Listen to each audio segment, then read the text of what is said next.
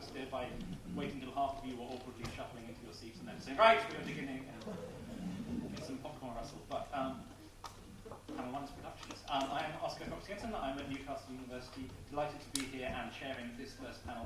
Start off with bad news. Professor Trevor Griffiths is indisposed and cannot be here today. I know that is in your programme. Very disappointed to be missing that paper, but we wish him all the best. We are going to take the three that remain in chronological order of thematic content of the papers, I should clarify. Which means we're starting with Ian. We'll hear the three papers. They will cohere beautifully, raise rich, prompting questions between them, and we'll take those questions all together at the end. We have a little more time, of course, because we have three papers rather than four, which is no reason for the presenters to lag and dawdle. I will take note of that myself and get on. When those questions occur, there will be a roving microphone going around. You can probably all hear each other, but just in case that is an issue, there will be a mic. I'll try and balance the needs of the order in which people ask questions with where the microphone happens to be, so bear with us at that point. But let's get started with our first speaker, who is Ian Newman, who can come here once I finish talking about him. He is Associate Professor of English at the University of Notre Dame, or Notre Dame, in the United States of America. He's the author of The Romantic Tavern, Literature and Conviviality in the Age of Revolution. He's the co-editor with Oscar Cox-Jensen and David Kennelly of Charles Dibdin and Late Georgian Culture, and with David O'Shaughnessy of Charles Macklin and the Theatres of London.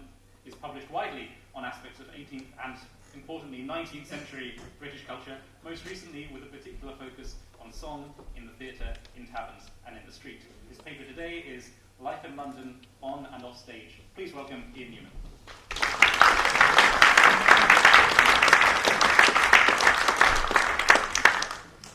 Thank you, Oscar, and it's so great to be here. This space is amazing, isn't it? But I'm told not to lag or dawdle, so I'm going to push promptly onto the paper. So in this paper, I want to explore the representational strategies and reality effects of one of the most notorious cultural phenomena of the early 19th century. Piers Egan's Life in London started off as a serialised print publication before becoming adapted numerous times for the stage, most successfully by William Thomas Moncrieff, but also by Charles Dibdin the Younger, Douglas Jerrold, and Piers Egan himself, among others. My agenda here is to consider the relations between the audience and this work, which I want to suggest had a particularly idiosyncratic dimension, a dimension that offers thought-provoking alternatives to the way that we often think about audience-performer relations. This was based, I'm going to suggest, more in graphic satire and journalism than in the theatre. These alternative relations between audience and work were relatively short-lived, restricted really to the early 1820s, and so exist as an intriguing series of underdeveloped possibilities, theatrical roads not taken. So I hope this is suggestive as much as descriptive. So in Life in London, Egan develops the characters Jerry Hawthorne, a newcomer to the metropolis, with his son Corinthian Tom, who acts as his guide to London.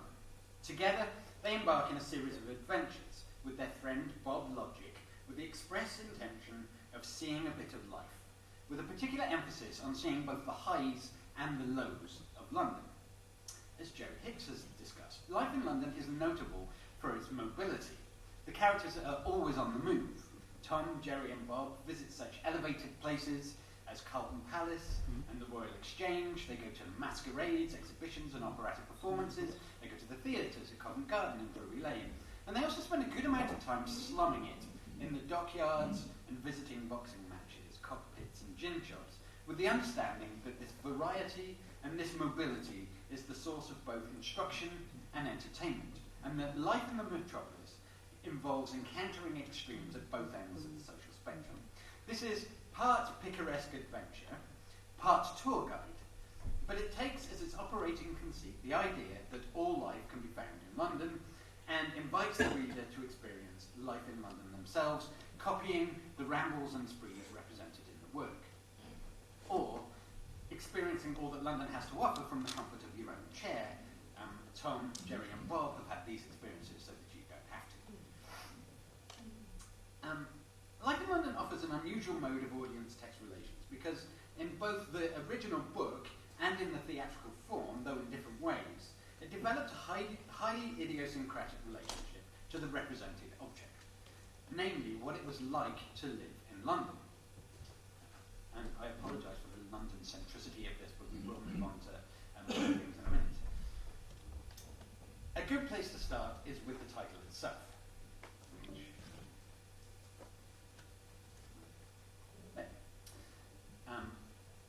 The title is Life in London, or The Day and Night Scenes of Jerry Hawthorne Esquire and His Elegant Friend Corinthian Bob, accompanied by Bob Logic the Oxonian in their rambles and sprees throughout the metropolis. As the first bit of the title it proclaims, this is a work which claims to be about life. It is a representation or an attempt to capture something about the experience of living in London. But it's the awe of the title that I've been increasingly preoccupied with. It fits into a larger pattern of titling conventions, stretching back at least to Shakespeare's Twelfth Night, or What You Will, and used sporadically in the ensuing centuries.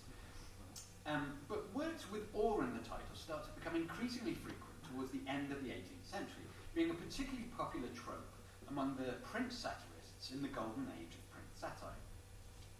Here, for example, is James Gilray's Alecto and Her Train at the Gates of Pandemonium, or the recruiting sergeant enlisting John Bull into the Revolution Serves. Here is Richard Newton's Louis Dethroned, or Hell Broke Loose in Paris, from 1793. And here, Gilray again, and among my favourites, Promised Horrors of the French Invasion, or Forcible Reasons for Negotiating a Regicide Peace, from 1796. There are many such titles in the years surrounding the turn of the 19th century across many different media, and probably you can think of a few. And it's such a familiar convention that it's really easy to take for granted. So it's perhaps just worth pointing out that the awe of these titles is not really one of choice. This is not a kind of chicken or fish situation. Rather, it's one of equivalence. These are two ways of viewing the same thing, but as you view the object differently, so the object itself seems to change. It's a form of parallax.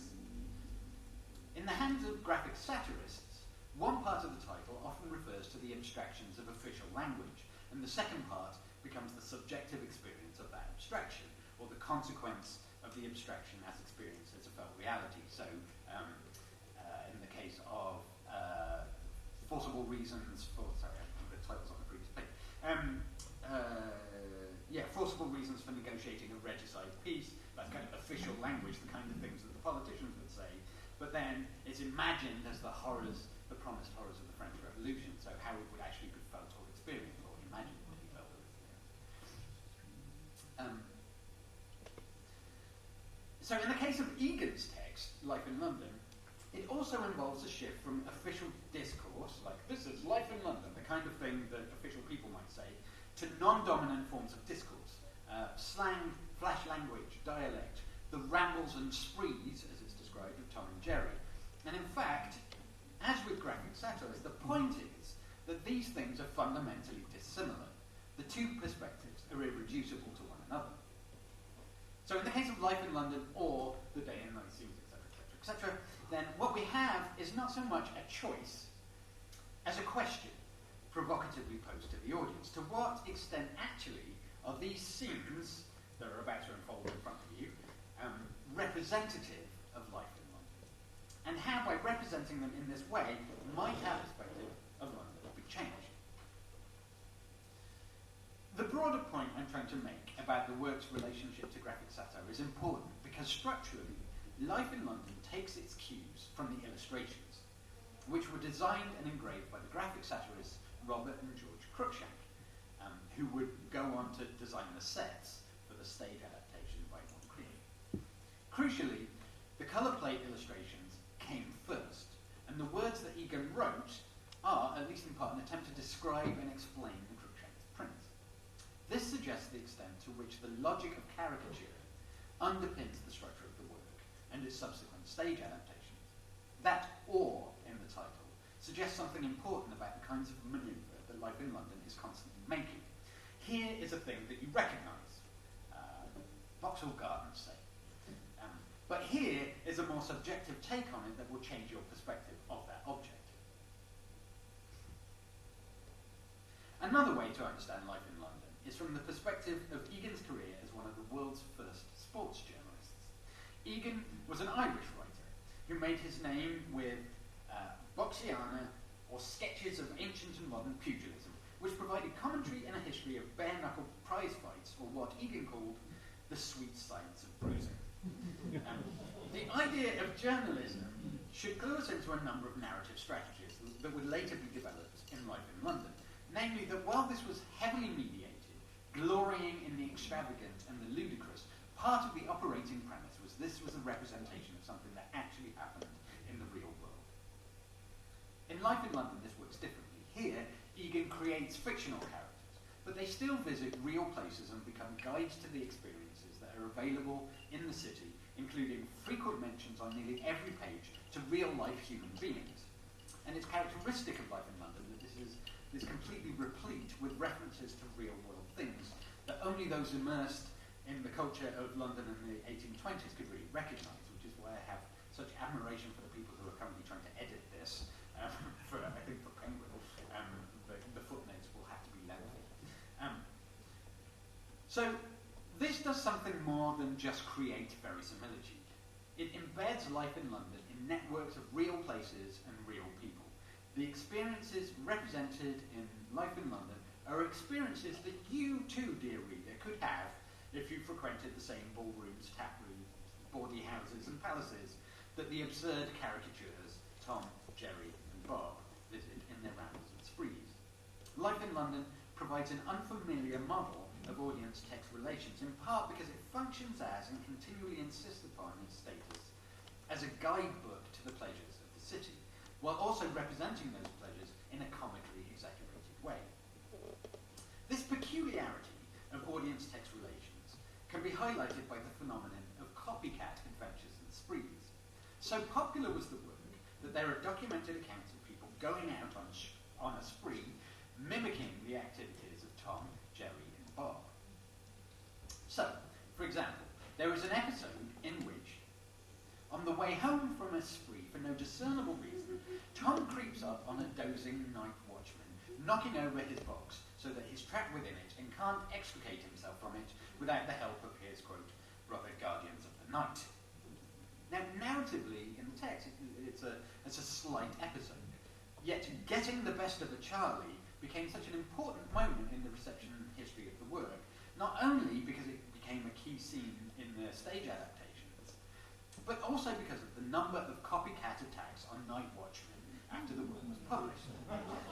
One newspaper report reckoned there were 19 watchmen prostrate with boxes on their back in April 1822 alone. Yeah. Life in London didn't invent the prank, but it did popularise it as a pastime, and incidents supposedly spiked in its wake.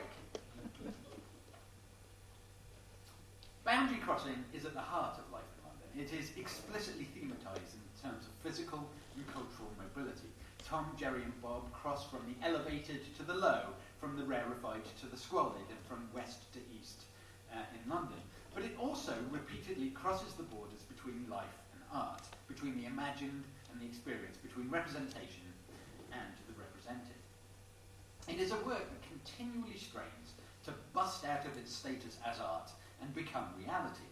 And in several important respects, it succeeded. It provoked these copycat sprees that I'm referring to, but it also established a vogue for the use of a particular kind of cant or flash language that was worked in throughout Life in London. But it also manifested itself off the page to become embodied on the stage. And this was a consequence of Life in London's peculiar mixture of imaginative fiction and guidebook, imitating life, but also explicitly offering itself up as a model for the behaviour of the audience. It's a text that makes things happen, that through sheer force of its imaginative energy and textual vivacity had real-world effects and produced a set of behaviours among its core audience, mainly male, young and heavy drinking. It's quite literally but also metaphorically, provided a language through which the audience could describe their own preoccupations and carve out a new form of cultural identity. It gave shape and form to a new way of being. Admittedly, a questionably admirable one, but it's a powerful one nevertheless. Given its grounding in caricature, what's remarkable about this is that it took comedic aspects of life, exaggerating them with wild abandon, and then instantiated in the real world the cartoonish version of life that it had described. So that even before the work took to the stage, it was already crossing boundaries between representation and real life. And then these caricaturish characters became embodied in the flesh in the theatres around Britain and the US. John Camden Houghton estimated that by the summer of 1822 it was being performed in no less than 10 theatres and in and around London. But it travelled far beyond that, including one production at the Theatre Royal in Newcastle, where it's performed in 1823. This is the original theatre that was on Moseley Road. So it's actually quite an important production because during one production there was a fire that broke out. One of the gas lamps that was lighting one of the boxes produced what was quite a small fire that was easily sort of put out, but in the crush to get out because of the fear of the fire, 8 people died. So it ended up being a very serious incident. And then the production was suspended, and this is the weird double-sided playbill thing that is saying, like, by popular demand, even though it had killed 8 people, the production is coming back. So I mean to laugh about it. Anyway, the translation from print object to theatrical performance raises a series of new questions about the relationship of work to real life. Now, most frequently discussed, at least recently, by Oscar amongst other people, is the effect of the popularity of Moncrief's stage adaptation on the life of Billy Waters, the disabled war veteran who made a living as a street performer. Waters made a kind of cameo in Egan's original Life in London, where he appeared in the Crookshanks plate, Tom and Jerry masquerading it among the cadgers in the back slums of the Holy Land. That's the title on the slide. In the background of the plate, there appears a black fiddler with a distinctive hat, who possesses all the hallmarks of the actually real street performer Billy Waters. He remains unnamed in the text, however, and Egan merely writes that the black one-legged fiddler is strumming away to enliven the party. It was one of those throwaway casual references for the insider that the text is full of. But certainly Moncrief, who wrote the stage adaptation, the most popular stage adaptation, was an insider and recognised Waters, and in his adaptation, Billy Waters becomes a fully named character in the play, but played not by the historical Billy Waters, but by an actor. One wonders actually what this would have meant to the audience in Newcastle, because there is a Billy Waters character in this stage adaptation that happened in Newcastle. And clearly the idea is that you're supposed to recognise this character as the person who has been performing in the street outside the theatre before you walk in. But how that works when the play travels elsewhere, and as I said, it played in the US as well as over here, it's an interesting question, and one that I don't have time to talk about in a great deal of detail, but I've been wondering about. So the point emphasised by recent critics is that Billy Waters was ruined by the success of Moncrief's play, in which he is cruelly caricatured, depicted as an unscrupulous beggar making vast amounts of money from cadging. As Mary Shannon has put it, his celebrity backfired and his theatrical alter ego occluded his actually distressed circumstances. Waters was reported on his death to have entered the St Giles workhouse because his depiction on stage as a mendacious cadger rather than a legitimate busker meant his income dried up and he was said to have died cursing the play. The narrative of Waters cursing Tom and Jerry on his deathbed may have been exaggerated, and one wonders, as Shannon does, in fact, whether Waters might also have benefited from being one of the sights of the metropolis that tourists inspired by the success of Tom and Jerry might go and visit on their own copycat adventures and sprees. But for my purposes, This episode serves to illustrate some of the complexities of the boundary crossing between life and art in the Life in London phenomenon on the stage as well as in the book. What both do, the book and the stage play, is to take aspects of London life and comically exaggerate. But that exaggeration has real-world effects. There are consequences to representing Billy Waters on stage, one of which is that the audience perspective of Billy Waters changes, and that has a material effect on Billy Waters himself. This isn't just representation, nor is it just art influencing life. It's a particularly intense bidirectional relationship between life on and off the stage. So, to return to my opening suggestion that the or is important in the title, there's a couple of key differences between the titles of Egan's work and Moncrief's stage adaptation. Egan's work was called Life in London, or The Day and Night Scenes of Jerry Hawthorne, Esquire, and his elegant friend Corinthian Tom, accompanied by Bob Logic, the Oxonian, in their ramble and sprees throughout the metropolis. Moncrief's play was called Tom and Jerry, or Life in London. Now, in each case, the titles pivot around the or, and both offer two different perspectives on the same thing. Both provoke the question, in what way are these two things like each other? So then, does it matter that the order is reversed from Life in London or Tom and Jerry to Tom and Jerry or Life in London? To which the obvious answer is, no, not really. You get two different perspectives on the same object, regardless of which way round they appear. But the other way to answer that question has to do with the length of the titles. In Egan's title, you need quite a lot of description in order to justify the equivalence. Life in London isn't equivalent to Tom and Jerry. It's equivalent to all the accretive experience, to the rambles and sprees that Tom and Jerry get up to throughout the metropolis. In other words, it is Tom and Jerry's mobility, rather than Tom and Jerry themselves, that will show you what life in London is like.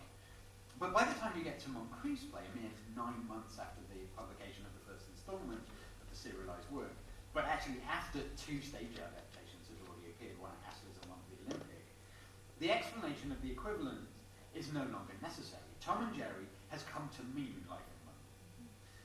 Early on in the play, again, Moncrief's version, this question of definition is addressed directly when Tom, addressing Jerry's father, says, "Life in London does not consist, as people usually suppose it does, in hard drinking, round swearing, knocking down apple women, talking loud in a playhouse and insulting every girl you meet, tavern rows and street fights.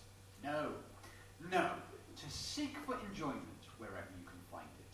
Join in a lark, laugh at a spree, be all alive in a ramble, acquire just enough experience to make you up with the sharps and down to the knowing ones. Fly to the gamblers and awake to everything that's going on, so that you may indulge in the sweet offices of charity without fear of imposition. Relieve modest merit and encourage humble talent. This, my dear sir, is what I call life in London." Moncrief's play insists on the morality of life in London, absurdly and sort of with tongue in cheek.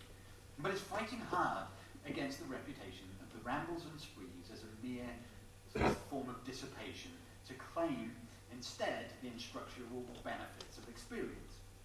And that's in Egan's work too, but it has greater urgency in the play as it attempts to construct a new narrative of what rambles and sprees signify.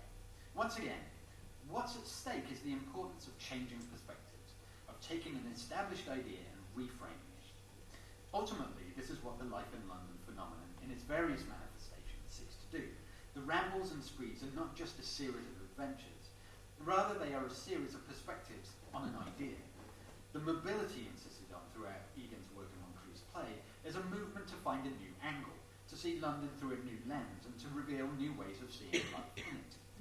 In so doing, it didn't so much break the fourth wall, as my undergraduates like to say, and break down all of the theatre walls, so that the lines between representation and represented become blurred, or rather they become equivalent, providing different angles so that you could choose whether to understand the work as a theatrical representation or as an engine that might power real life, or, my preferred explanation, a work whose ambition it is to create a complex bidirectional relationship between the two. Thank you.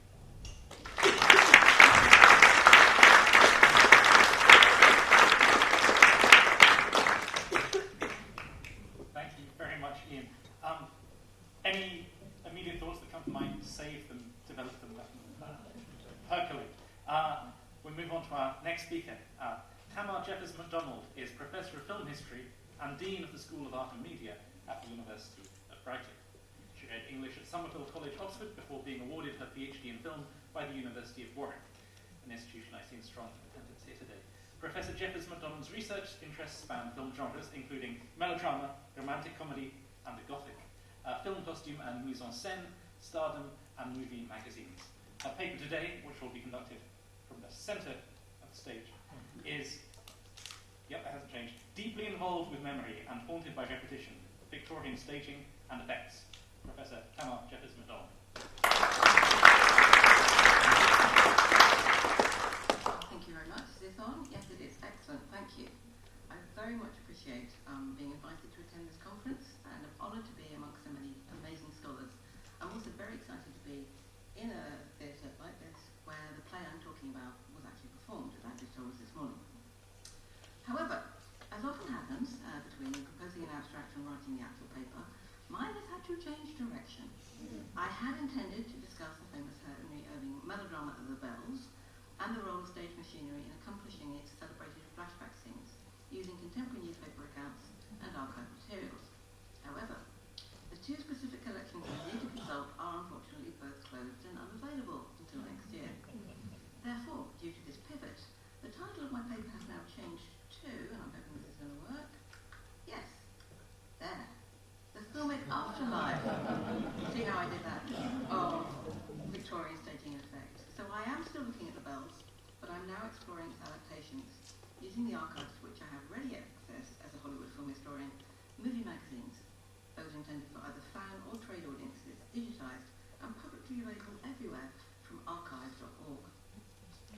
I take the main part of my title from a provocative phrase in The Haunted Stage, the theatre as memory machine. In this, Marten argues that, quote, all theatre is haunted, with audiences inevitably troubled by past performances, performers, and paraphernalia with each new production. In this presentation, however, I make use of his idea in examining film staging of the Bells. Fittingly, as I'm sure you all know, the play's narrative highlights the importance of memory, while its action is haunted by repetition. It depicts prosperous burgomaster Matthias, whose very comfortable income is foregrounded for audience and characters alike on the occasion of his daughter's wedding. But Matthias has a secret. His wealth is derived from an evil deed in his past, the murder of a wealthy Jewish traveller years ago. Though he attempts to suppress thoughts of this violent crime, they repeatedly surface through memory, including a vision of the dreadful act seen on stage by both Matthias and the audience. As his daughter Annette celebrates her wedding, he then has a dream in which he is tried in court for the crime, and when he will not confess, is ordered to submit to being mesmerised. Under this mysterious influence, he recounts his deeds, is sentenced to death by hanging, and does die, presumably of shock, as he hovers between dream and reality. While Matthias' story is itself shown thus to be deeply involved with memory and haunted by repetition, beyond the narrative, these elements also manifest themselves in the influence the play's staging and effects had on the film versions. David Mayer has usefully detailed the technology required to achieve the vision scene, astonishing both to the lead character and the audience, which concludes the first act in the theatre. And I'm quoting, the vision is dependent on standard Victorian stage scenery, the gauze which appears opaque until light falls on objects and people upstage of it, and sink and rise scenic units which divide, some lowering into and beneath the stage floor on slopes or bridges, some hauled upwards into the flies. The back wall of the inn was made of such sink and rise pieces and broke apart to fly and descend. Behind the wall upstage was a gauze, and upstage the gauze, a small tableau of a snow scene with the young Matthias stalking the dew in his horse-drawn sleigh. Further upstage was a painted drop of a forest and a snow-covered stone bridge. As we see here, and you can see that, in a picture from the Illustrated London News, 23rd of December 1871. The makers of the film versions chose to do in different ways with Matthias' guilt, but their solutions were yet haunted by repetition and inevitably aware of the memory of how this scene looked on stage. Henry Irving came to prominence with the role of Matthias and continued to perform it throughout his life. It might thus be said to have haunted his career, but if the Bells haunted Irving, he no less haunted the Bells.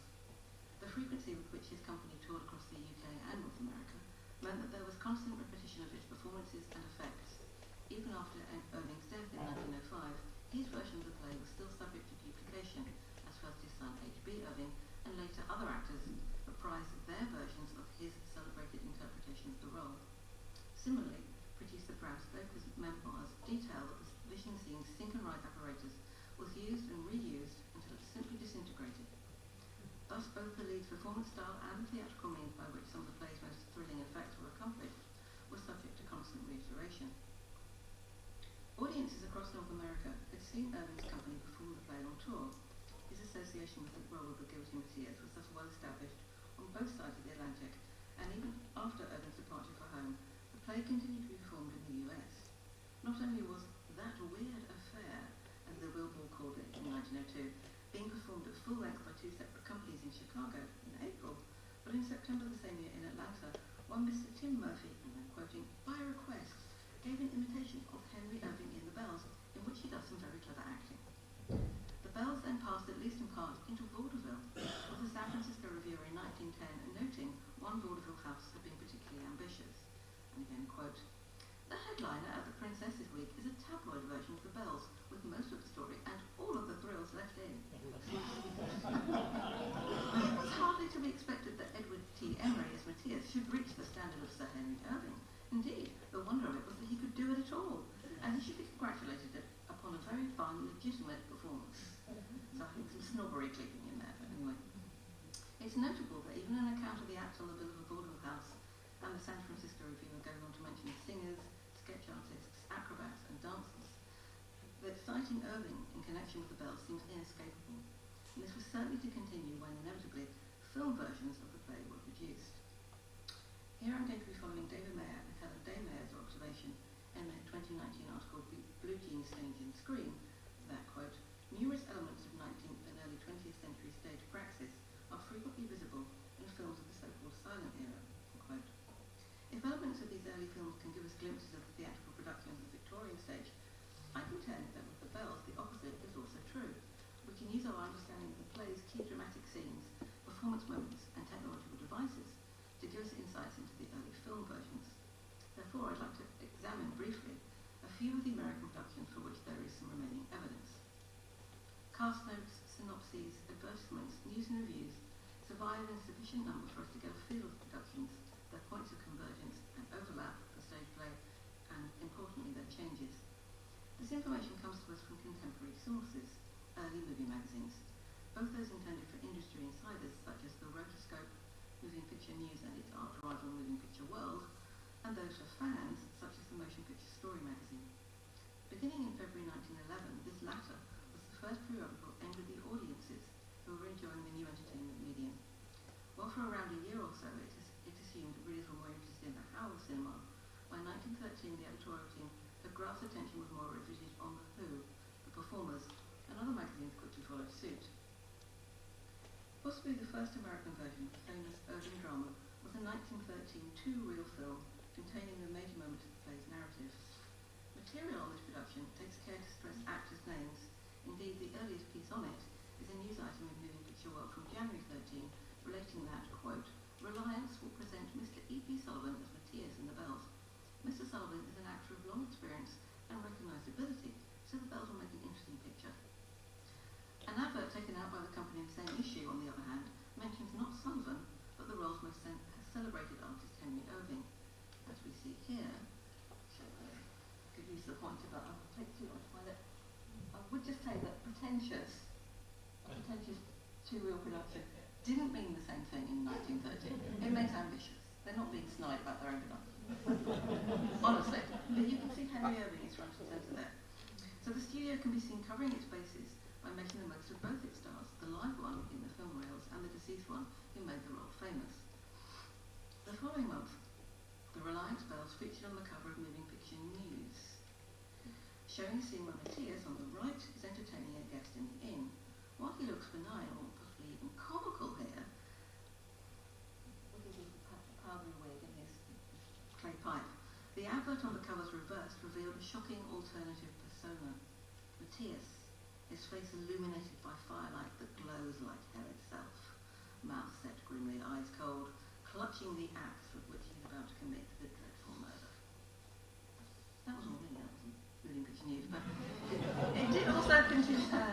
synopsis and a review of the film in the same issue, and it mentions a useful detail, and I'm quoting. In the dream scenes in the picture, the most remarkable effects have been secured, and the action of the picture story and the tale of the mesmerised man are almost simultaneous in the double exposure work of this part of the film. So this sentence suggests the 19 film version was a fairly straight adaptation. In the dream scenes, in the plural, implies both the vision memory of the killing and the trial scene were both shown. Fascinatingly too, there's a reference, I think there, to how the filmic effects were achieved with double exposure work. Sadly, these are not shown, here we go, slightly bigger, in the two accompanying images. The second picture shows a moment from the trial scene realised through practical means, which I think Matthias is staggering around pretending he's got a rope around his neck. Not to be outdone by its arch-rival publication, Moving Picture Worlds carried two separate reviews of the Reliance production, one in February, just after the film was released, and one the following month. Both name-checked Irving, testified to the powers of Sullivan, and importantly confirmed the production's straight adaptation. The March review also tells us more about the latter, and I wanted to highlight certain phrases, again quoting. This is a powerful presentation in two reels of the drama played by Sir Henry Irving for so many years. 15 years after the crime committed on the night of Great Blizzard, we see Matthias, haunted by the jingling sleigh bells. He dreams that he is tried and sentenced to hang for the murder, and the great fear of the rope about his neck brings on his death. So the phrases I stressed there corroborate the 1930 production was a straight stage-to-film adaptation. His crime is in the past. Matthias has a representation of the bells haunting him that we see. Then he dreams the court scene.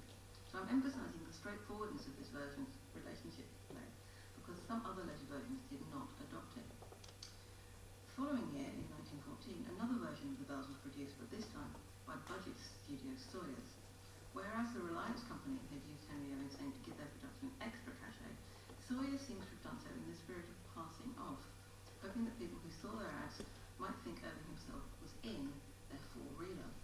The legend here in the double-page ad on the left reads, Sir Henry Irving's greatest success, The Bells, as played by this eminent actor for 40 years. They're not mentioning who the guy in the film is. So, and you can see that on the opposite page, the lightning conductor talks about Rustin Farnham. So they could, if they wanted to, highlight an actor, but they just didn't want to in this case. Another advert for the film in July attributes the play itself and by associating the film to Irving. So you can see there, and then bigger, Sir Henry Irving's The Bells. Also interestingly, this provides us with currently the sole picture of the production, presumably from the final scene as Matthias is dying. And this find, though it's not astonishing, indicates how lost films can still assist us with understanding how productions were adapted for the screen. Here, Matthias dies surrounded by his family and friends, not alone, with the shadows of the dream trial still about him. A Moving Picture World synopsis published in June 1914 provides further information. Here, in this version, the action begins as the wealthy Jewish traveller arrives at Matthias' inn. Moving the crime from the deed in the past to one that's about to happen is a major departure from the play. It evokes more sympathy for Matthias, as we see his desperation, but also greater condemnation, as we catch him in the moment before he commits the crime, and thus still has the power to not do it. But I think it's also easier and cheaper to film, and I suspect this is the chief reason the 1940 version chose to adapt the stage drama in this way. The dream trial is included, complete with mesmerist, and though we don't have the information about how it was achieved, the synopsis conclusion that the dramatic events combine to, quote, make a feature film remarkable in thrilling intensity and for the beautiful scenic work, kind of implies to me that it sounds like the Bells relied on a straightforward telling of the murder and some natural scenery rather than technological accomplishment.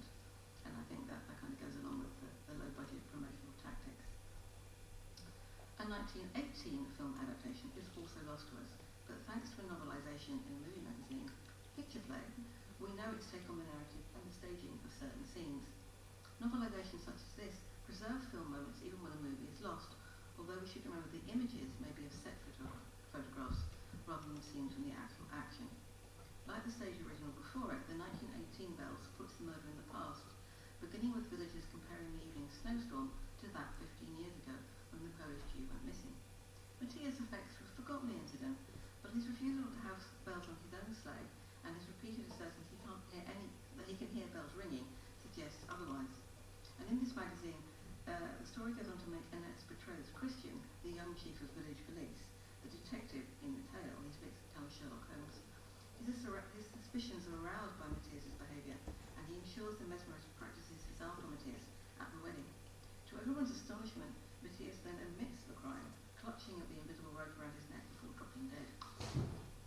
This version seemingly downplays both the vision and trial scene, the two standout moments from the original play, calling for technological accomplishment.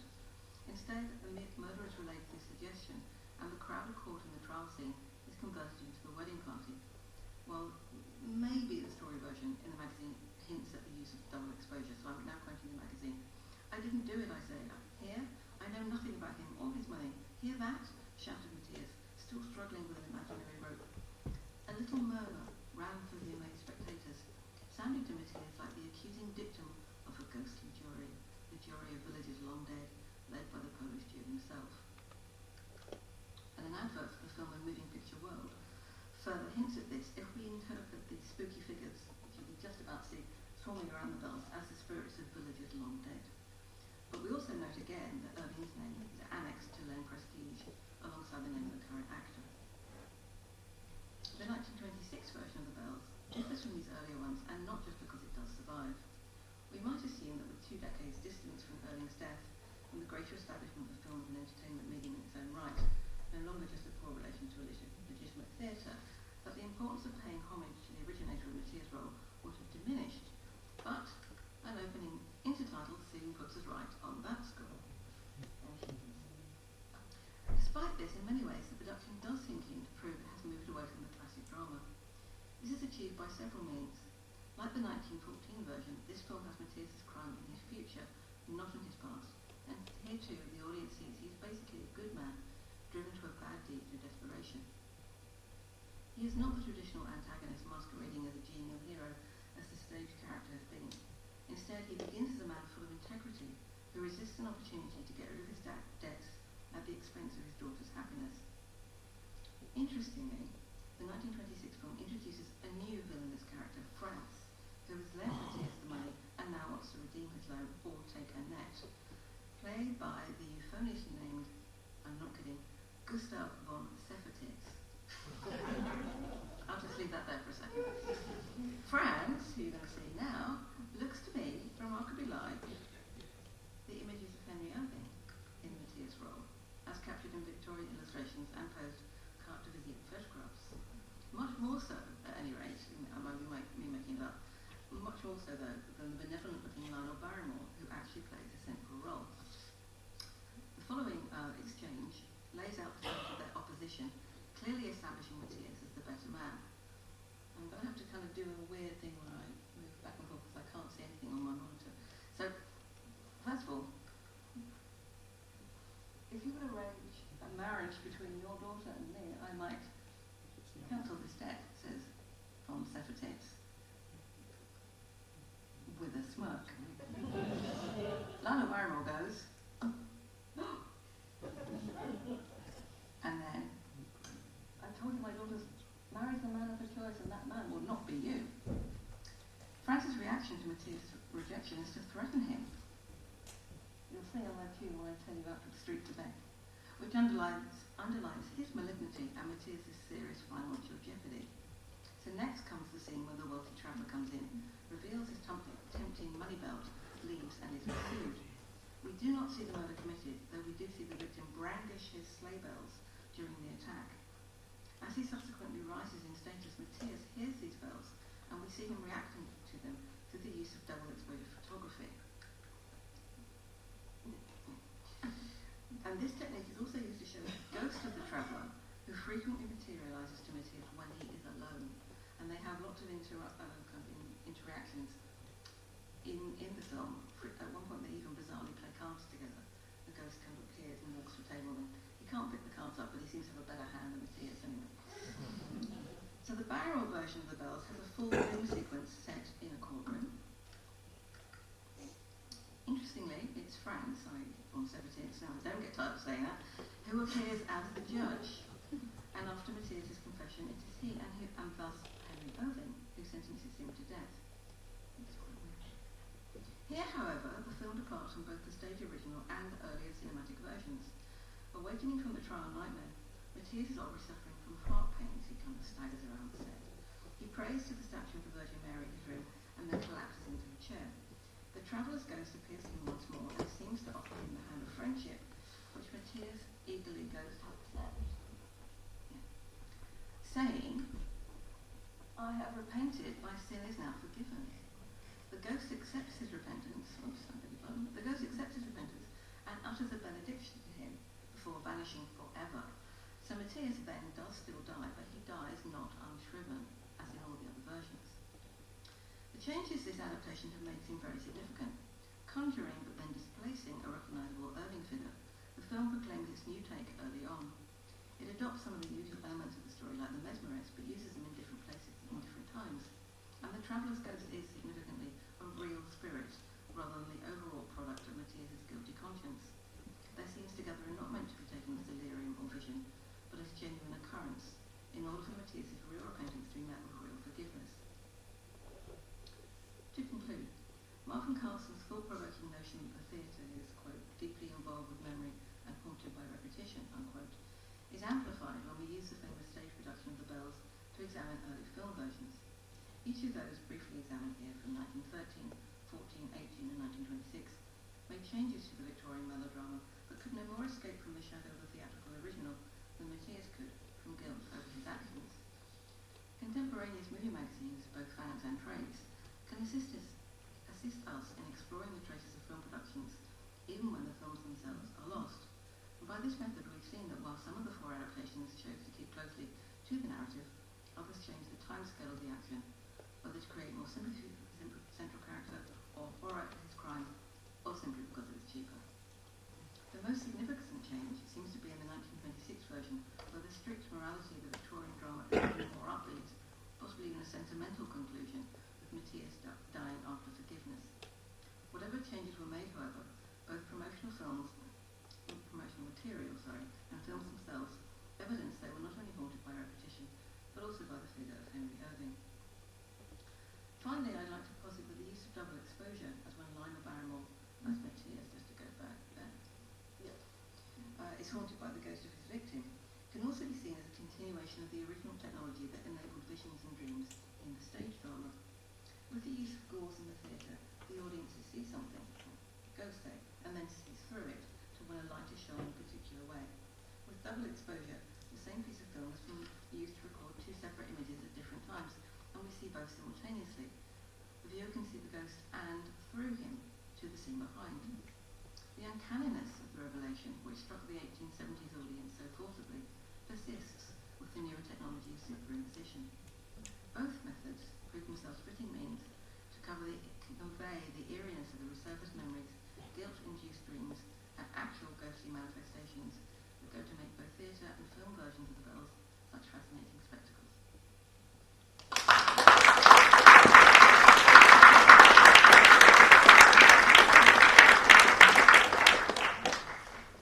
Thank you very much, Tamar. Our final speaker in the panel is Carolyn Owen King. And can I ask you remember to bring the clicky thing when you come up? Carolyn is an independent researcher who completed her AHRC-funded PhD in film history at the University of Canterbury in 2022. Her monograph is due to be published. It's very wise, just hedging your bets about the speed of presses there, with Bloomsbury Academic in August 2024, and is entitled Gothic British Masculinity in Transatlantic Cinema, Ronald Colman and Basil Rathbone. Make a note of next August. Her interests include transatlantic cinema and theatre history, British middle-brow writers of the interwar period, and Victorian sensational literature. As you can probably tell. Her paper today is Barnstormer, the Melodramatic History of Maria Marten. Please welcome Carolyn Owen King.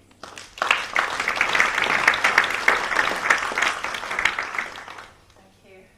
It doesn't bear thinking about who's haunting this stage, does it? Right, this is Barnstormer, the Melodramatic History of Maria Marten. In 1929, the post-First World War fashion in the London theatrical world for sparkling comedies and musical revues, in the heyday of Ivan Novello and a very young Noel Coward, was most viscerally disrupted by a revival of the popular Victorian melodrama Maria Marten, or The Murder in the Red Barn. Larger-than-life actor-manager N. Carter Slaughter, nicknamed Sweeney Todd Slaughter after his most famous role, produced at the Elephant and Castle Theatre a sensational, spectacular version of the familiar old story that offered gore and gallows to eager London audiences.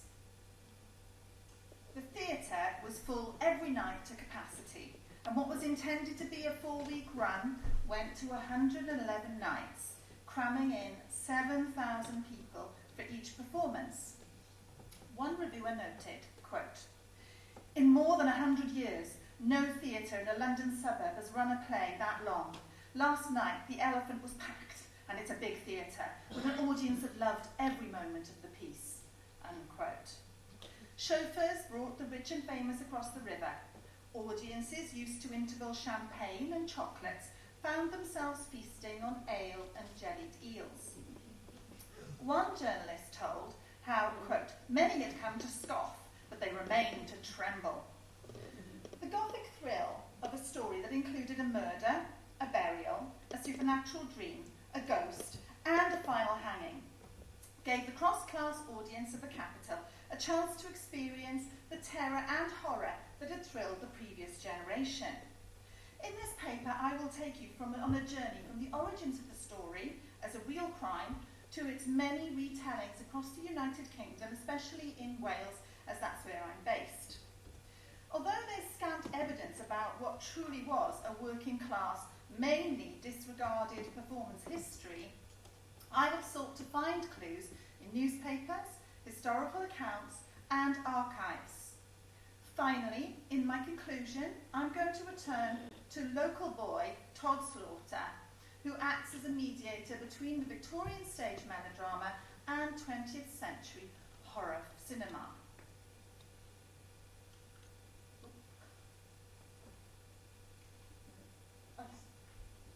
The story begins with the real Maria Marten. Maria Marten, born in 1801, was a mole catcher's daughter from Polstead in Suffolk, a local beauty.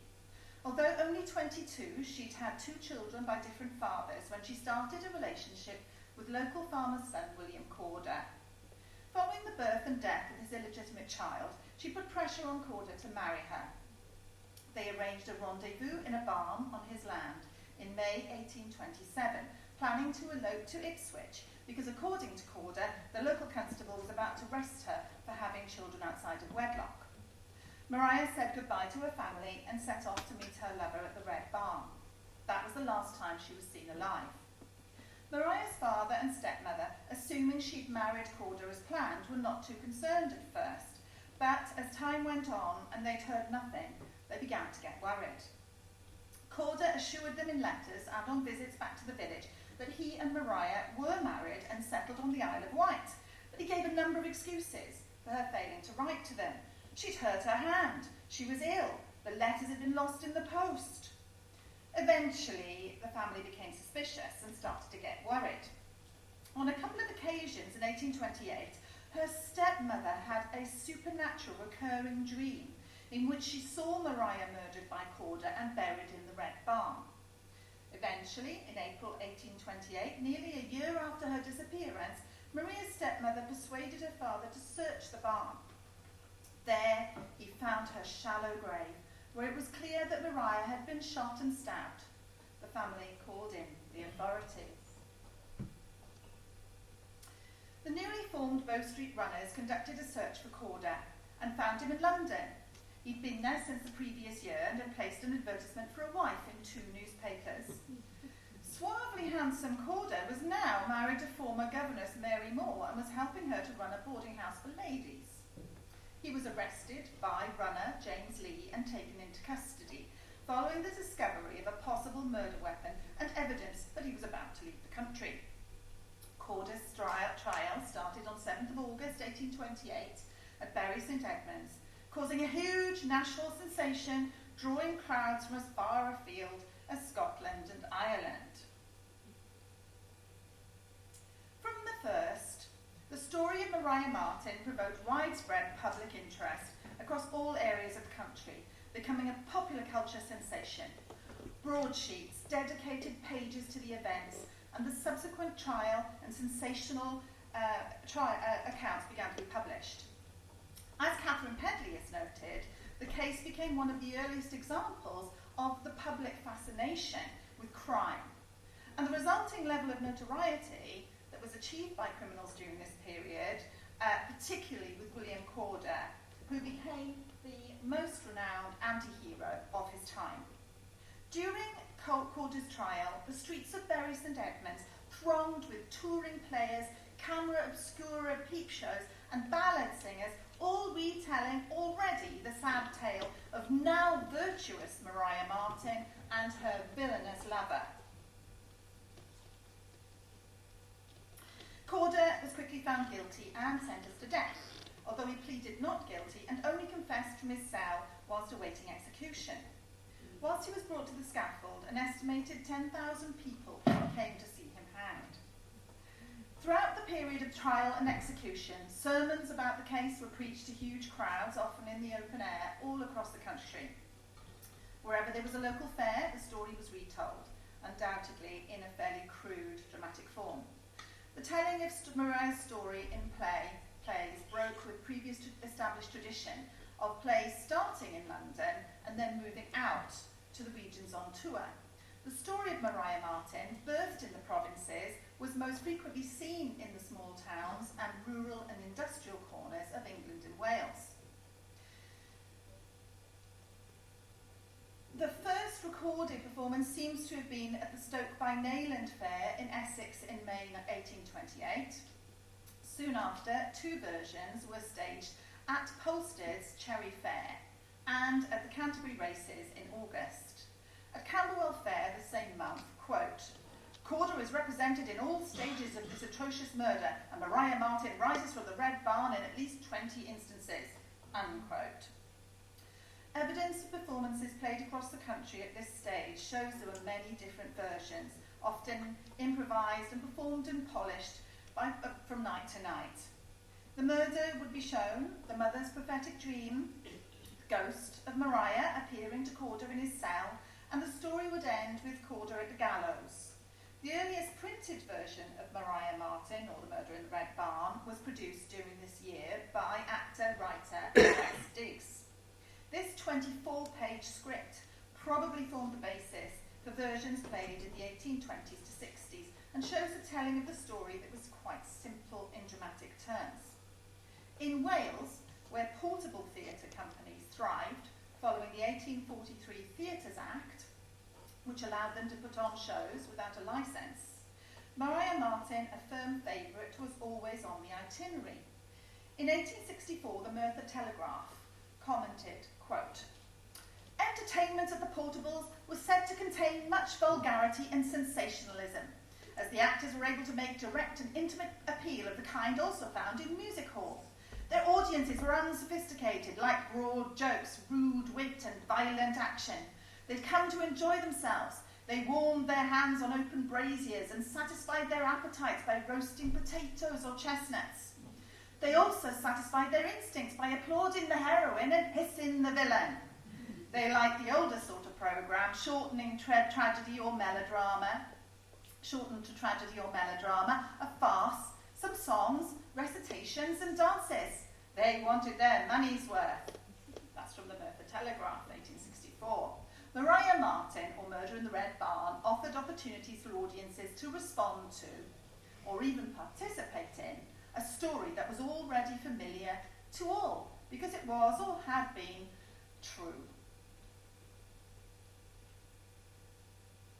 Ted Ebley, owner of South Wales's successful portable theatre from the 1840s until the First World War, brought his construction from town to town, setting up a structure complete with stage, curtains, costumes, pit, and scenery backdrops.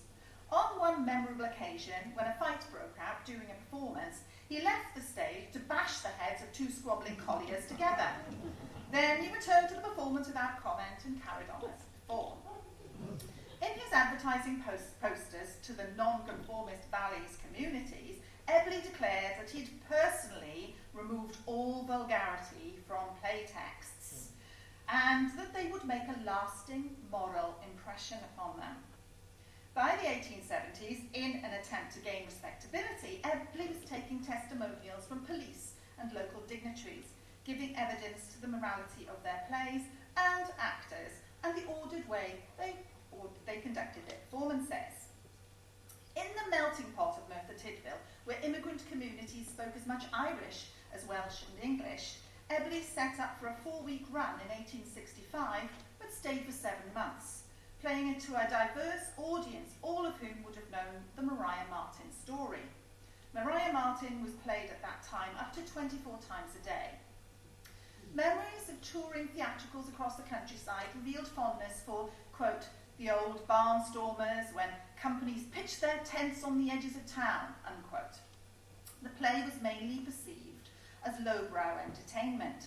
One very revealing article in 1863 sadly commented on the disappointing turnout for a local opera company. Quote, the class who devour with eye and ear the many incidents connected with the tragedy of Maria Marten and the murder at the Red Barn cannot be supposed to exhibit a keen appreciation of Iago. So our good citizens, who clearly like a good heavy drama, illustrative of the virtue, getting under a cloud and rising therefrom like the sun triumphant, cannot be said to entertain a high regard for the Merthyr Operatic Company. Perhaps inevitably, considering its lowbrow credentials, the play of Maria Marten itself became associated in the popular press with real crime and criminals. A murderer in Stapleton in 1836, Samuel Bartlett, a former travelling player, once played the part of William Corder. The local journalist reporting on his crime concludes, quote, the whole affair shows how beneficial it would be to suppress these travelling theatres, for they always leave a bane behind them, unquote. In the King's Cross area of London in 1844, this is like your thing, Ian, broadsheets tell of a penny gaff marionette show of Maria Marten being shut down in an elaborate sting, resulting in the arrests of 85 people, including audience as well as the players. That must have been like one of those pictures. In 1878, in Crewe, the attacker of a young woman argued in his defence that, quote, he was a vocalist and he'd been performing in Hamley for drink. Continuing his debauch on Sunday, his idea, he said, had been that he was playing Maria Marten or the Red Barn. He was committed for trial. Most versions of the play would end with a final tableau of Corder at the gallows. This in itself became a matter of some drama in 1874 at a performance in the Theatre Royal, Cambridge. Quote, the curtain fell after William Corder, the murderer, had been brought to the scaffold and had the rope dangling above his head. The audience refused to leave. And when the orchestra played the national anthem, it was received with hisses and clamour, and the crowded audience refused to budge an inch. At length, Mr. Frederick Hughes, the manager, presented himself and apologised that he was unable to gratify his patrons by actually hanging the actor. Mr. Concannon, who represented the murderer William Corder, unless with his own consent, which he was hardly likely to give. The gods shouted furiously, bring out the blank with a rope round his neck. Of course, the demand was not complied with, and after more demonstration of their desire to see the representative of the Suffolk murderer actually hung, the crowded audience slowly and with manifest reluctance left the house. That might have been taking audience participation a little bit far. The love of the Welsh people for the story of Maria Marten is also part of the history of the play's performance, as the later printed version of the play, which has been first performed in the disreputable Star Theatre in famed Wine Street, Swansea, in 1877. Some people think it's called Wine Street, which it may as well be. In this version, drama and detail was added to Diggs's original. Mystical gypsy figures were added to the story, and the character of William Corder was given other victims, including Ishmael the gypsy, his daughter Zella, and his and Mariah's newborn baby.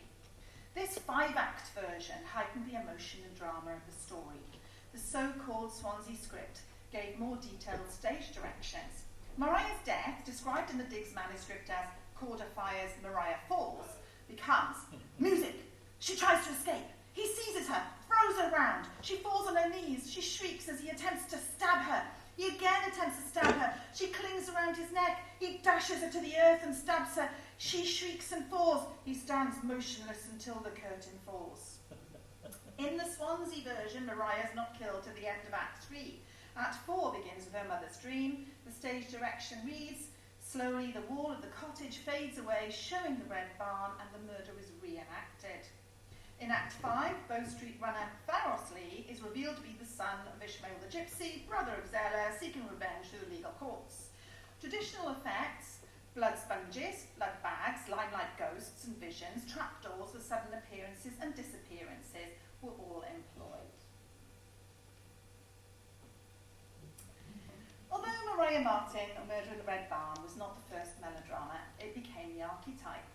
With its action, passion, murder and gallows, it offered a series of highly dramatic events that could hold an audience's attention. Perhaps the most telling anecdote about the role of the play in the Victorian theatrical repertoire actually comes from our old friend Todd Slaughter from his youth in the early 1900s. He describes as follows in an interview with Roy Plumley in the 50s. I joined a fit-up company that specialised in regular rip-snorting tear-jerkers, one that plays in town halls, that sort of thing, very seldom in theatres. One night or 2 night stands. It was hard work. We had to fit up the stage, open the doors, sell the programmes, and then we'd get on and sell our bit.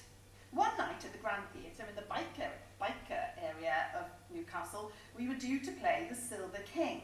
Just before the curtain came up, the manager came rushing in and said, we can't do this play tonight, the author's agent's in front. We'll have to do Maria Marten. We never paid fees.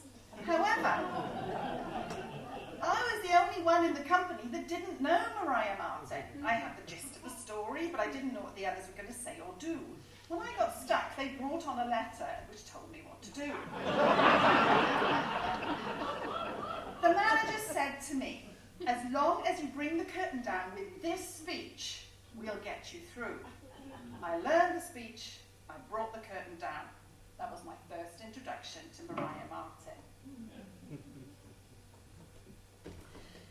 Todd Slaughter is a crucial figure in the excavation of a part of theatrical history that might have been lost without him. His 1929 revival was hugely significant, opening up a new audience for the story. The press were impressed by the special effects. Quote, when William Corder, the villainous seducer, shoots Maria Marten dead beside the yawning top of what's to be her grave, red blood gushes from her mouth, and when they've nabbed Corder and are hanging him, there's a horrid click, as though the dastard's neck had snapped. Gore, gallows, sentiment and comedy are pounded with a crafty pestle into a thoroughly entertaining entertainment. Unquote. Todd Slaughter himself explained, the actor representing Corder actually slides down the rope. When he stands on the scaffold, the rope running from the gallows goes through a loop of rope fastened loosely around his neck and runs down behind his back where it can't be seen by the audience, into the trap below. The trap works in much the same way as at a real execution, and the murderer actually falls vertically feet first, 8 feet. He drops into a large canvas bag with open sides fixed beneath the stage upon cushions which prevent him from falling forwards or backwards, while a stagehand at each side prevents him from falling sideways. And he invited members of the press to come in and try this out. And some of them were brave enough to do it, but one, apparently the Daily Mail journalist actually fainted whilst she was doing that. Todd Slaughter's elaborate special effects, squeezing every possible dramatic thrill from the Victorian stage machinery of the Elephant and Castle Theatre, represented a shift in the performance history of the story of Maria Marten. In reviving for the stage, and later in the 30s and 40s for the screen, the Victorian melodramas of his youth, Slaughter gave historians a priceless wealth of information about what had entertained the masses during the 19th century. As film historians have theorised, it's these early low-budget films of Victorian melodrama, with all of their excesses, that paved the way for classic British horror, seen most memorably in the cinematic excesses of Hammer and Amicus Studios in the 1970s. The melodrama, Maria Marten or Murder in the Red Barn, too feels familiar to us, as it represents the beginning of the expression of our fascination with true crime and stages a tale of misogynistic murder with which we are only too well acquainted. Thank you.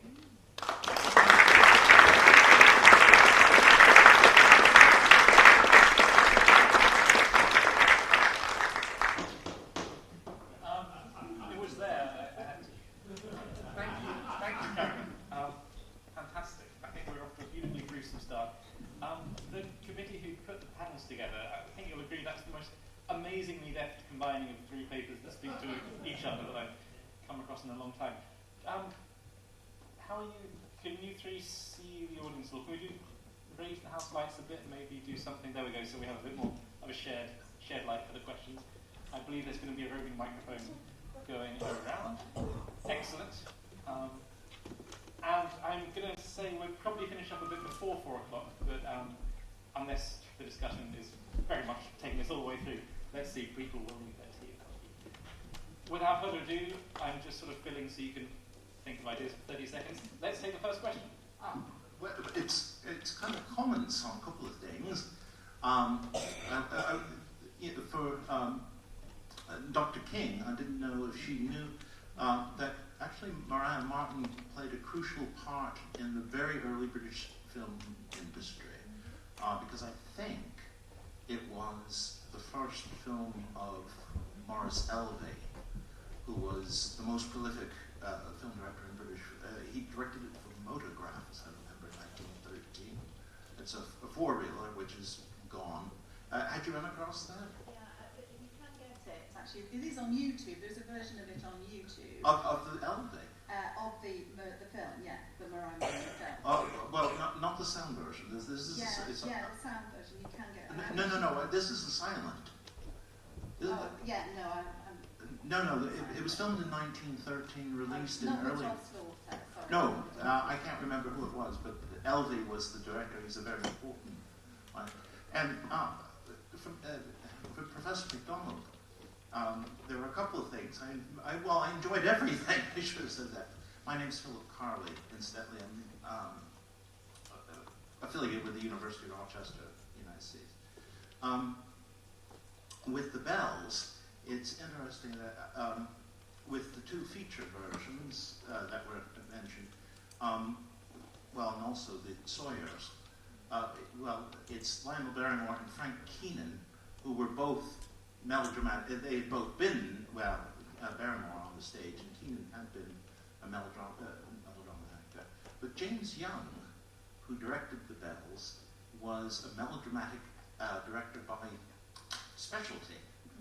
I think you knew that from his work at Vitagraph, and a bit, but I was really kind of captured by the exchange I showed, the visual exchange I showed between smirking on separatives and then Barrymore all being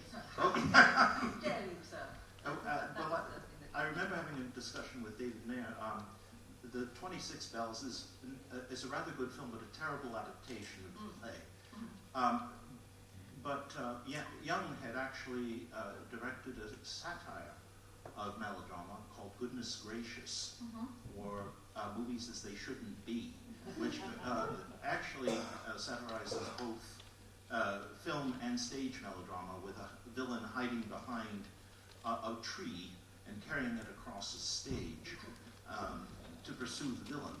But Young also did, Vitagraph was the most melodramatic of all the studios, and Young went on to do The Bells.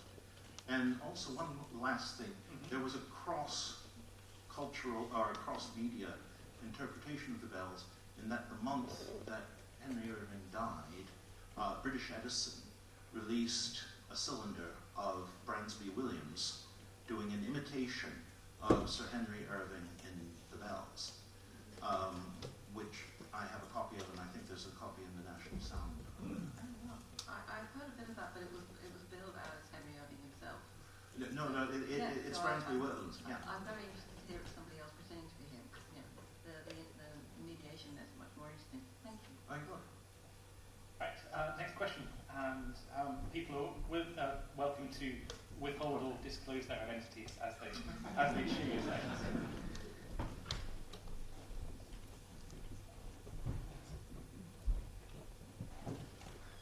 Yes, this has been a wonderful panel. One question for Dr. McDonald, going back to the old on Sefertits and Barrymore being, I'm over here, hello. Oh, thank you. Yes. The lights are really dazzling the top ones, yeah. Yes, just carrying on that idea that it's a wonderful film but a terrible adaptation. I wondered if you'd come across anything as to why so much justification for the murder is added in that film, and particularly because this seems to be a thing with the Barrymores. I'm thinking of John Barrymore's version of Dr. Jekyll and Mr. Hyde, in which he's given all of this sort of Dorian Gray backstory to say, well, of course he had to do this, he was pushed into it. And John Barrymore's version of Sherlock Holmes, in which he starts out as a pretty normal college student, and then he meets evil Professor Moriarty, who's actually played by Von Sepetitz, I think. Yes. Yes. But that's actually based on the Gillette play. A little bit, but the Gillette play doesn't have him as a university student. It's just Either way. yeah. So just wondered if this was just an obsession of the Barrymore families to try to make their characters as well-rounded as possible. Something. That's really interesting. I haven't come across that. It will be something I'll definitely pursue though. But if you find any more Von Sepetitz films, I know he's in the 1930s, The Bat Whispers. He plays the least convincing. I'm not doing anything over here while I'm killing people. We should do it right here. Thank you. Other questions? Yes, down in the front on this side.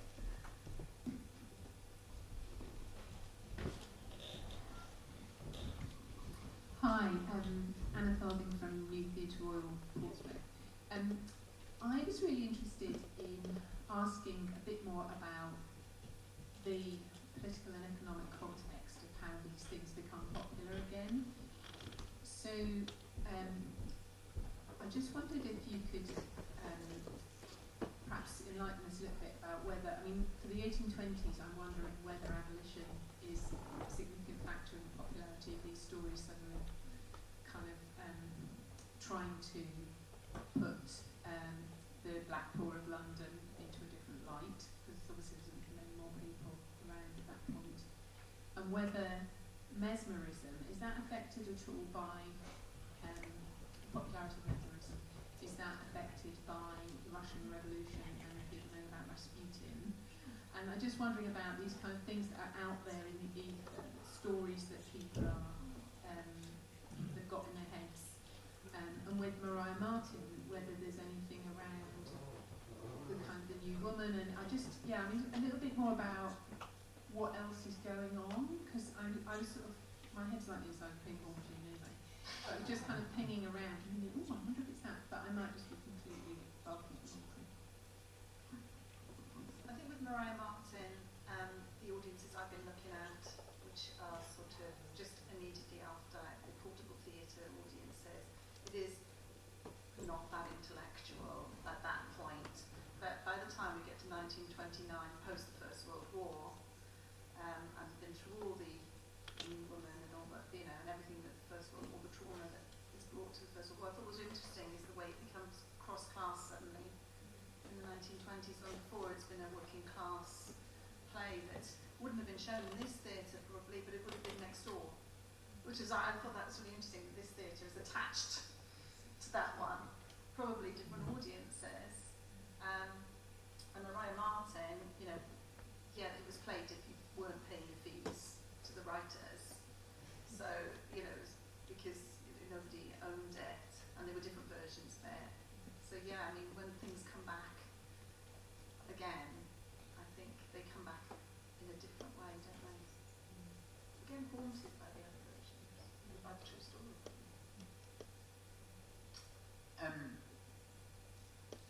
Yeah, like the question of like how much the abolition debate is in the ether in the 1820s when this like I struggle to think that that's a determining factor simply because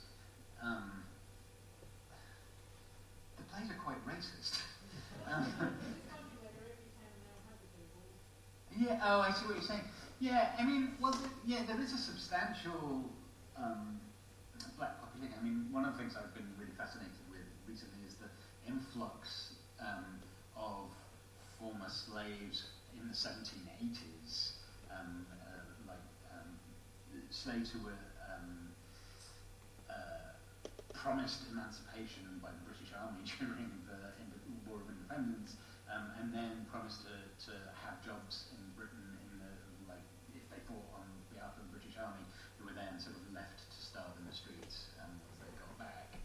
So there is a substantial influx of former enslaved people at around that point. So by this 1720s, like 40 years later, they're visible, I think, in lots of the bigger towns. So partially that could be it.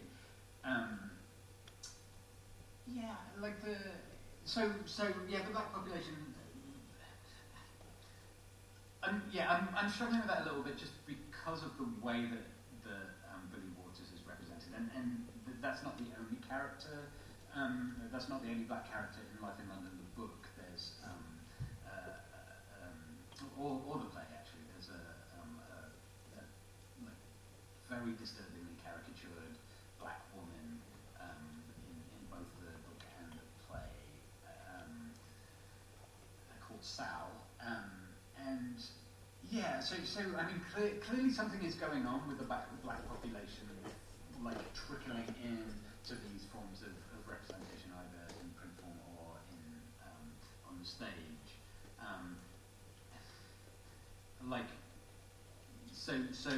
In that sense, yes. I think the idea that somehow the abolition debates are interacting with that in a particular way, I struggle with a little bit, just because the kind of the shift that you have to do to go from these like horribly caricatured people to like what was being said during the abolition debates is like it's quite a stretch. But that's it. Like your general question about sort of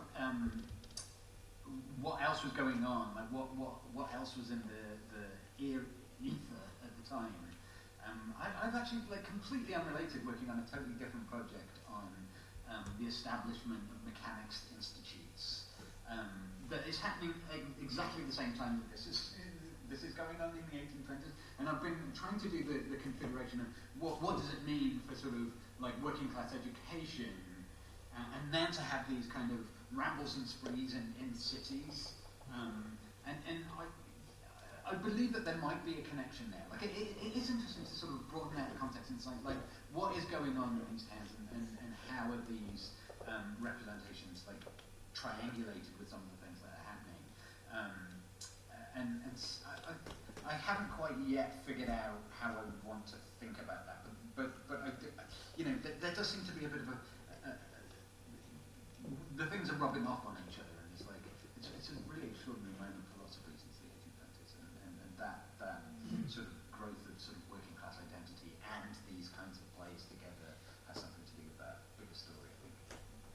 Tamar, did you want to come in on mesmerism? Yeah, the mesmerism is in the 1870 whatever it is one play, so predating the Russian Revolution.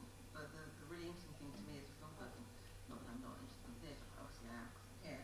But the particularly interesting thing, which is that in the 1926 version, the mesmerist is played by Boris Karloff, looking exactly like Dr. Caligari, to the point where he's got a fixed smile, a Richter smile, and straw hair and a hat, and he doesn't do very much except pivot.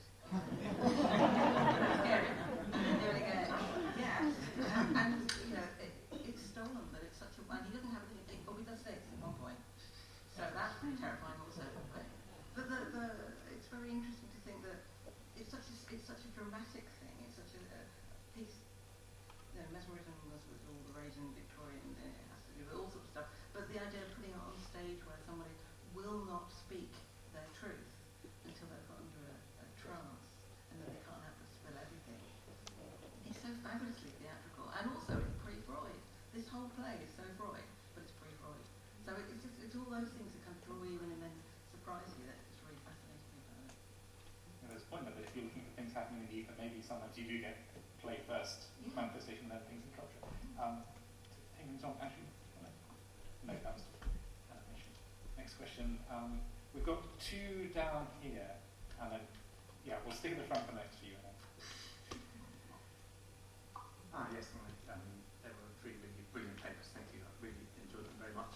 I've got sort of I've got a question on Tamar, film and theatre person. Two of the papers obviously address film and theatre in terms of adaptation and the kind of, I suppose, the kind of afterlife of Victorian culture within early and sort of, I suppose, pre-1940 cinema. I'm just kind of struck by the fact that Pierce Egan doesn't, I mean, were there any film adaptations later on, or did it just sort of fall out of... No, it was really a thing that was like extraordinarily popular for like 5 years and then just falls off the map until it's been recently sort of like on a... Well, I'm gripped by this idea that there's going to be a Penguin edition. Yeah. Like, how is that I going to don't work? know if it is Penguin, it might be Broadview actually. But yeah, there will be an edition of the comics. Yeah. So if we can get it that way, yeah.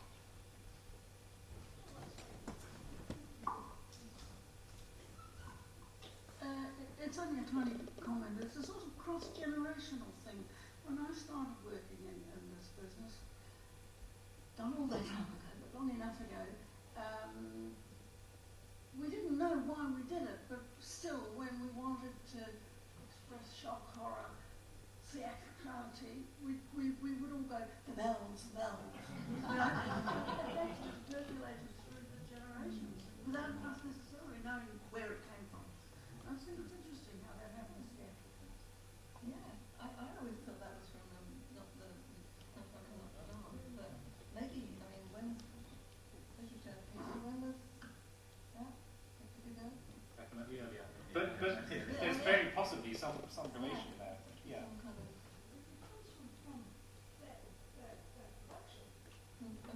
It was a big joke in 1963's Half a Sixpence for Chitterlow the actor, and everybody in the audience got it immediately, so they knew it was Henry Irving then. I really love that, the idea that somebody who died in 1905 could still have an imprint on pop culture, even at this distance when we haven't heard his voice probably, or we've heard somebody else's voice pretending to be his voice, or, it's just really fascinating that it's got that, again, afterlife.